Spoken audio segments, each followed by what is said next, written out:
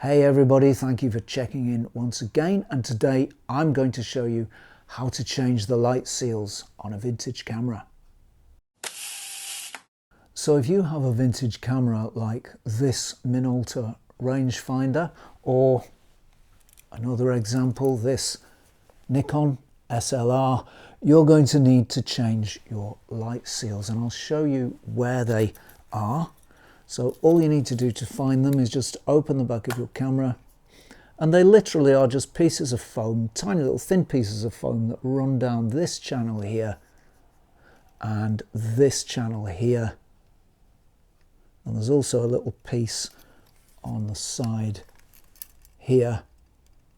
And what they do is they just literally push up against the metal surfaces and seal the light. That's what they do. They're light seals. The camera closes and it's now all nice and sealed up. I've actually just replaced the seals on this one. I'm going to show you how to do it in a moment. So most of the Western cameras certainly of the 60s, 70s, 80s will rely on foam light seals. Most of the Western SLRs, the Nikons, the Olympuses, the Canons, all have a similar arrangement. I'll show you briefly. If I open this back. So there again you see we've got that same arrangement of channels, top and bottom, and a small piece of light seal foam just running along here. The seals are okay on this Nikon. They're getting a little bit flattened and a little bit squashed. They've clearly been replaced fairly recently, but I don't know, maybe a couple of years time I'll have to do that again. It doesn't affect the old rangefinder cameras, certainly the Barnack Leicas. They load from below and this bottom plate comes off, and it's actually a really tightly engineered fit, so it's proof against light just because of its mechanical qualities. That's a really tight fit on there, and when you turn that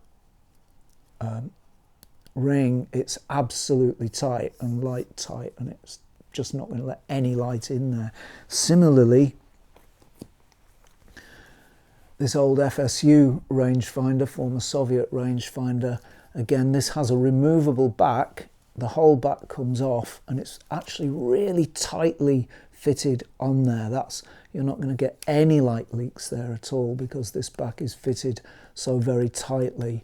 And again, that's just purely by mechanical sealing that happens. It's built to quite tight tolerances, I think. And once you turn these rings, they pull it in tight, and that is just mechanically light tight. So you don't need to worry about seals with these FSU rangefinders, or in fact with the FSU SLRs, the Praktica SLRs, they have a rope seal. So this Praktica, for example, I'll open it up, and this has, actually I'm wrong, it's the later Prakticas that have a rope seal. These Prakticas, the earlier ones, these also need their seals doing, but in the later Praktica cameras there's a piece of quite thick string pushed into here. You can use anything actually to do your light seals, but originally on the later Praktica cameras they used a good bit of stout string, but this one, the earlier ones, have foam, so that is pretty conventional. So there are lots and lots of cameras that will need light seals doing, and if you don't do it, you're going to get light leaks. Light's going to stray onto your film, it's going to fog your images, and they're just not going to look that great because you've got a leaky camera. So it's very simple in principle to do. All you need is some light seal foam. I just use a sheet of light seal foam like this, and what I do is I just cut a piece off by eye, and if it looks too thick I'll cut a thinner piece off and do it that way. I don't work to too much precision because all you're doing really is stuffing up a gap, and as long as you can get the seal in there lying correctly, it's important to have it lying correctly. This has got adhesive on the back, so you just peel off the sticky back paper, I don't know. Anyway, you get the idea. You peel this white part off and it's sticky underneath. So you have to get the light seal foam, the thin piece of light seal foam that you cut off, that has to lie very nicely and cleanly on the in the channel with the adhesive down. But it's not that difficult to do. All you need is a little bit of patience and a good strong light and some isopropyl alcohol to get all the old horrible stuff off. So without further ado, without further yakking, let's have a look and see how it's done. What we've got to do is we've got to get some of these little pieces of light seal foam, which I've cut by hand, and we've got to get them into this channel across here and into this channel, which runs right the way along the camera bottom along here. So the bottom bit is nice and easy because it's just one piece. The top bit, well, we've got a little switch here, so that senses when the camera back is shut. So we're going to have to do a short piece here and cut it, and then a longer piece here to continue around the camera. We've got some nice glass of isopropyl alcohol there, not to drink, but to get all the gunge and the scunge and the old, you know, hardened up crud out of here and out of here. Can you see there? There's a lot of, oh, I'm working backwards and it's disorienting me. So there's a lot of light seal foam here. We need to cut a piece for the side of the door as well. So firstly, what I'm going to do is I'm going to give everything a good scrub with ISO. So we've got a little kiddie's paintbrush here, and we'll get that ISO in that channel. Oop, there we are. All right along that width of that channel. So it will dissolve whatever's in there and get all the horrible stuff out.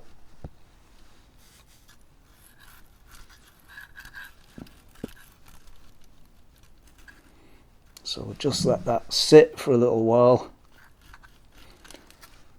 Isopropyl alcohol will evaporate, so it doesn't matter too much if you get it on any of the working parts. It's not ideal, but it's not going to be a disaster if you get somewhere it shouldn't go.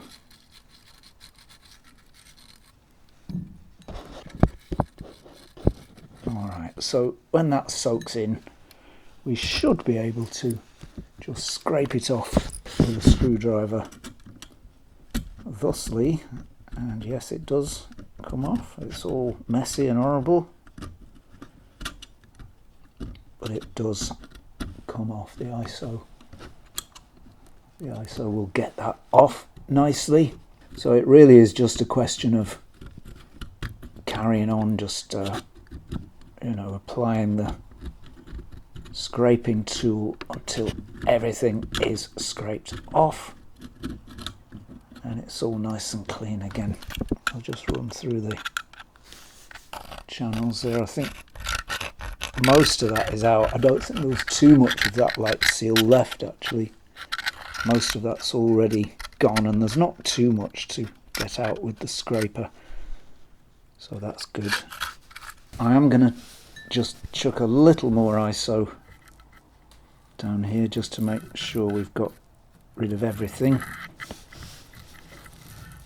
So we do one pass and then another one with the chemicals. This is an irksome kind of job, but it's also a nice kind of job because it's a simple job and it gets results, and it means that your camera is much better, in much better condition, and can be taken seriously as a camera rather than a something that's sort of held together with duct tape.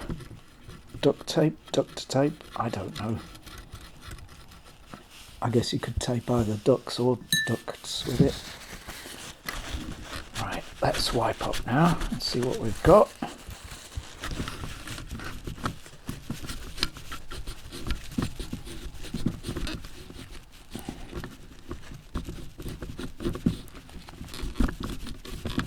Alright, so there's what's coming off, and it's not terribly pleasant. Loads of old rubber and glue and stuff from years and years of rotting and you know, just sitting there denaturing over time. So we'll get this nice and dry. Make sure these are nice and dry, of course, before you try and put any sticky stuff on there, because if it's wet, clearly nothing's going to stick. So it needs to be nice and dry, nice and clean. Make sure everything is properly dry before we put anything more, any more light seals, any fresh material into there. Right, ISO does evaporate, so we shouldn't be too long before we're ready to go. So if there is any of the old foam or any dust left, then that's going to cause problems with adhesion. You're not going to get good adhesion when you try and stick your new material down. So I'll make sure all of that dust and scunge and crud is gone. And there we are. I think we're now ready to put the new seals on. We're just going to clean up this top edge here because we've got some sticky stuff has left a mark, residue on there. So let's clean that off. ISO is great for cleaning that sort of thing because it's a solvent, and you can already see that stuff is coming off almost as soon as we put it on there. So this stuff really is great for cleaning up any dirt, any sort of residue, any sticky stuff that's got onto your camera in the past. This is really great for cleaning it. There we are. That's pretty good for a first go. Now let's get the light seals in. I've actually hand cut these pieces. I've cut them slightly too thick. So I've erred on the side of thick rather than thin. I think that bit might be a bit too thin. I usually do cut these bits by hand because it's really not that difficult. And you can buy these ready cut if you don't want to cut them yourself, but I just chop a bit off the strip of light seal foam that I've got. You can buy that stuff pretty readily, and what I'm going to try and do is get it in all in one. It might be ambitious, I don't know. If I can get the other bit off my fingers, get off. Right, it may be ambitious, I don't know, let's see. So we're going to pull it tight, just to stretch it a little bit. Oh, and it's going to go down into the channel there, is it not? This can be tricky.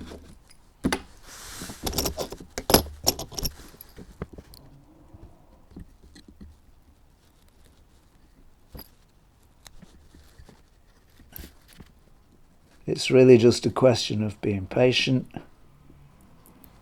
feeding it in. But cutting these by hand I find usually works out pretty well.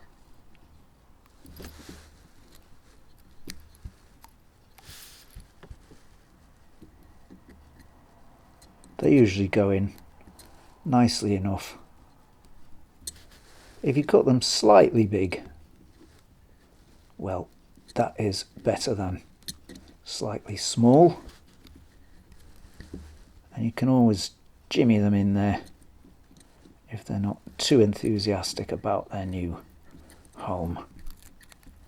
See, I was trying to get this in one go, but that was ambitious.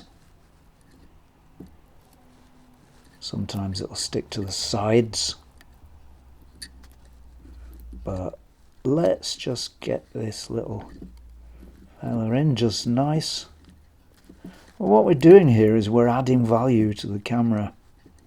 So I got this camera as, well, not in terribly good condition. It was working, shutter was working. Just make sure that's bedded down nicely. But the light seals were a mess. It didn't have a battery, and it's now in rather better order than it was when it came to me. And when I've done these seals, it'll be in really good order. Doing these seals rejuvenates any film camera and makes it not quite like new again, but gives it some of that new freshness back.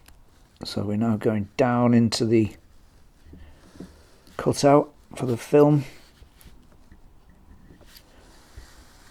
This is a tricky bit, but just keep on going. Just keep on doing it, and eventually you will get to where you need to be. There we are. There we go. Now she's fixed in the other end. So we'll just take off that bit. And there we are. This piece on the bottom is now renewed. So we're halfway there. So we just do the same now for the top channel, remembering that here we need a brake where we've got that little pin, that little switch. Make sure the channel's all clean. There's a bit of dust in there, but I don't think any that's going to do too much harm. Now let's select another bit of our light seal material. I'm going to use this piece. This piece looks about the right size. Alright, so we're now going to get a little piece in here. Remember, we've got to get this piece in, and we've got to get it in two pieces. The first one is a little short bit, so we're going to measure it and cut it.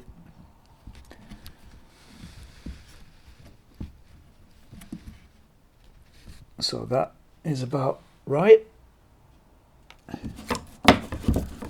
We'll leave a bit extra on. We'll cut it there. We're going to use this little piece just to go here, and let's start by taking off the sticky plastic, which isn't always easy to do. So same again, once it's roughly in position, just push it down into the channel. So there we go, that's the first little piece in. That was a very tricky one. That was really difficult to do. Right, I've just found that I do need a very strong light on this job because I really can't see what's what without it.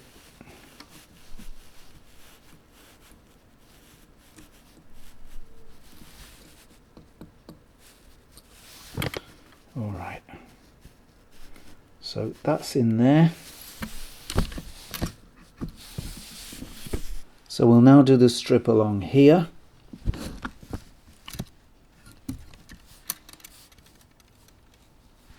And after that, we're almost there.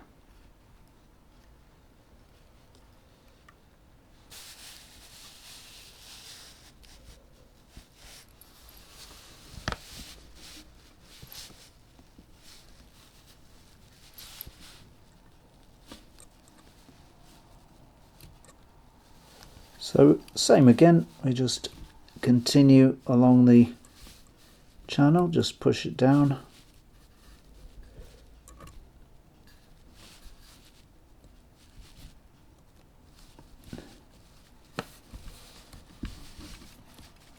Very often these fiddly jobs do want to put up a fight,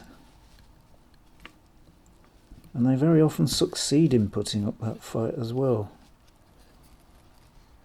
These can be very, very fiddly, tricky jobs to do, but it is a rewarding job. At least it will be when it's done. Right now, it's just irksome because it's not going down as I want it to into the channel. Alright, well that was tricky to get started, but we've now got the better of it. And it's sitting down and behaving itself in the channel in the right orientation.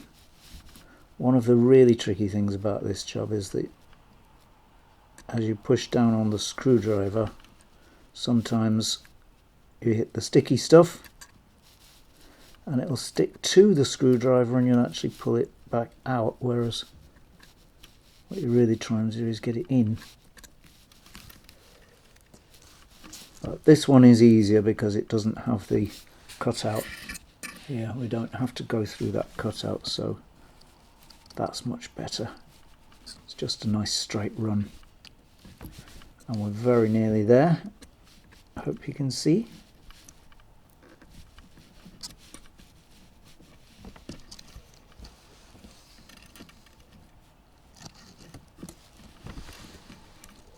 So there we are. So that bit is now done.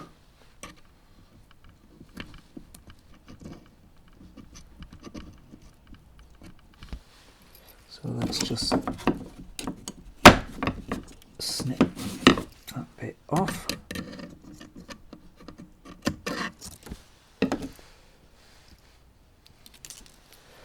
And sit it down where it needs to go. There we are. So that's the top edge and the bottom edge are now done. We're now going to do this part here. This little rectangle of material needs to go on there, and then we're done.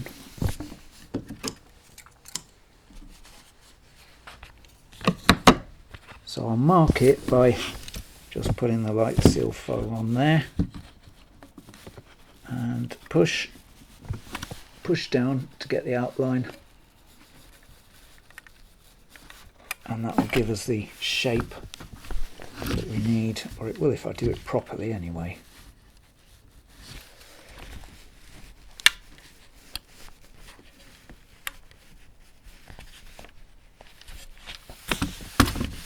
There we are. That gives us an outline that we can use to cut. So let's do that. This is all approximate. It doesn't need to be absolutely exact.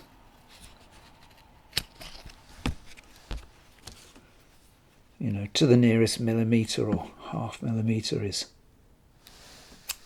good enough. So let's peel that off.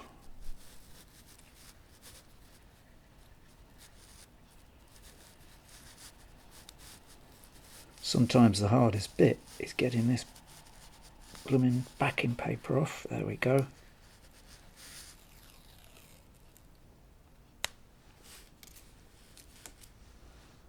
So we'll now just stick that onto there. Oh, now this is very tricky.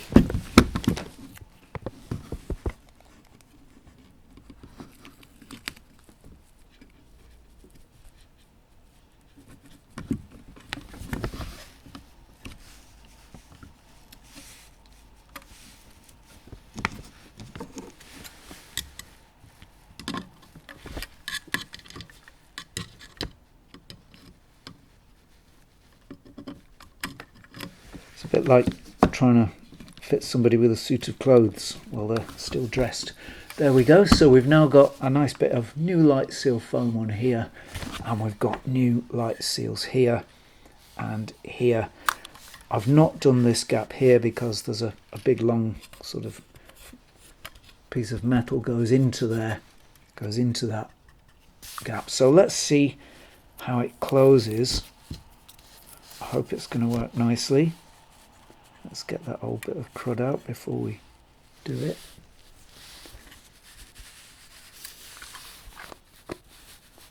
And there we go. Now we're all sealed up against the light. Isn't that fantastic?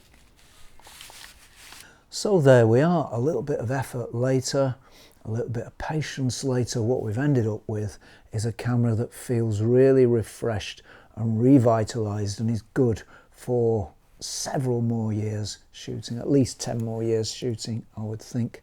And if it needs doing again, it's very simple to do. The back opens nice and cleanly. Do check, once you've done this, do check that when you close the back, it doesn't stick to the light seal. Sometimes what happens is if you get the foam in the wrong way, when you open the back, this lip here, this piece of metal, this lip of metal that goes into the slot will actually stick to some of the light seal material and drag it back out. That hasn't happened on this occasion, thankfully. And if you do get any sticky bits, some awkward sticky bits, get a little tiny bit of chalk powder or talc powder into that channel there, and all the stickiness will be absorbed. So we've got a real nice camera now. This camera feels 1,000 times better just holding it in my hand. It felt before like a little bit of a Heath Robinson device, something that had to have duct tape put over it to stop the light getting in. Now it closes nicely.